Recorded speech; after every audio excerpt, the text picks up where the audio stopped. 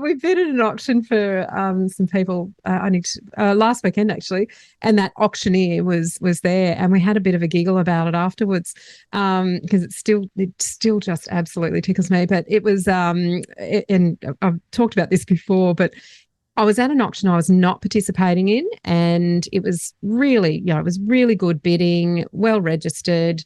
Auctioneer is a quality auctioneer, and it was going really well. There was good activity. It had surpassed reserve. Was on the market.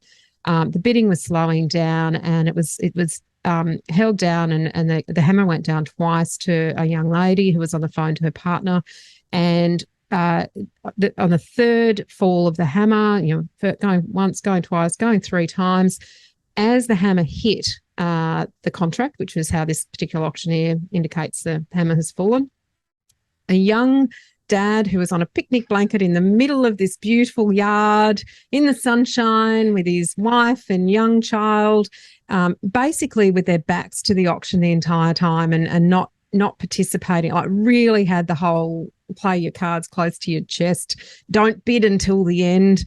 He has just casually turned and thrown in a 5,000 as the hammer has hit the contract. And the auctioneer has said, look, I'm sorry, your bid's too late. Congratulations. And all hell broke loose. It was like a calamity. The wife starts crying and yelling at him, and he starts yelling at the auctioneer. And then suddenly there's a bit of, fronting up to the auctioneer and how dare you? And I'm just standing in the background, just shaking my head, thinking that is the worst piece of arrogance in terms of auction bidding I've ever seen in my life. And, mate, you are going to suffer for months from your wife. And yet it's covered off in all three of the top things, the top three things that people gave advice on, which is keep your cards close to your chest. Don't tell the agent you're interested. Don't bid till it's on the market. I mean, you idiots. Do you want the house? Don't bid at all. Wait till it passes in. There's another one. Yeah. It's like, oh, good luck. What if it doesn't pass in? What if it passes? You don't have a strategy. What is your strategy if it goes past reserve and it's on the market? You can't say, look, sorry, can you just pass it in? Oh, my God. You have to be the highest bidder if it passes in. I mean, in a way, that's probably the best piece of advice in this whole thing that, Yeah, but it's not, because they don't know which state you're in. Exactly right. Because also the reality is that the right to negotiate with the highest bidder isn't actually a right in most places. It's just a courtesy. So it's one. And it depends how the agent's going to run that post-auction negotiation, Veronica. Absolutely. Because some agents will say, yeah, no, it's not legislation. That's how we do it. You have to be the highest bidder to be offered the property at the reserve price. You have to know that that's their process. If you just wait for it to pass in and that highest bidder goes, yeah, all right, well, I'll pay that reserve. You've lost it. It's gone.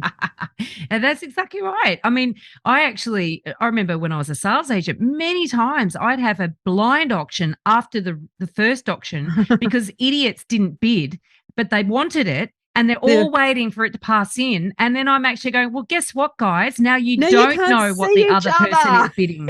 And I'm telling you what you need to bid. And it's up to you if you want to bid for this property or not. And I'd be going back and forth, and I'd be determining the increments. And it's like, are you in or you're out? Okay, good. They get to buy it, and actually did that a number of times. And as an agent, I had no sympathy whatsoever for the people. Your job is to get the highest price as the agent. They had the opportunity to be there and bid with transparency. It's like that was your chance. And then, you forewent that chance. So there's a good piece of disgustingly terrible advice.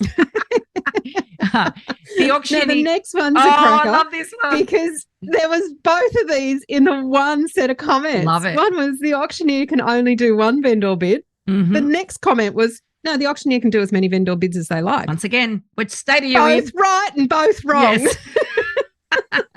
Make an offer before the auction so you don't have to go to auction. And even that's a stupid idea sometimes because there are circumstances where they can't sell before auction. Or, in order to do that, if you're the only interested party and you do that, the agent would go, yeehaw, okay. And then you actually have no idea that there's nobody else interested. Whereas if you go to auction, you know that there's nobody else interested. So there are times when it works and there are times when it doesn't work. Love it. Whole list of really poor advice because they didn't know the circumstances.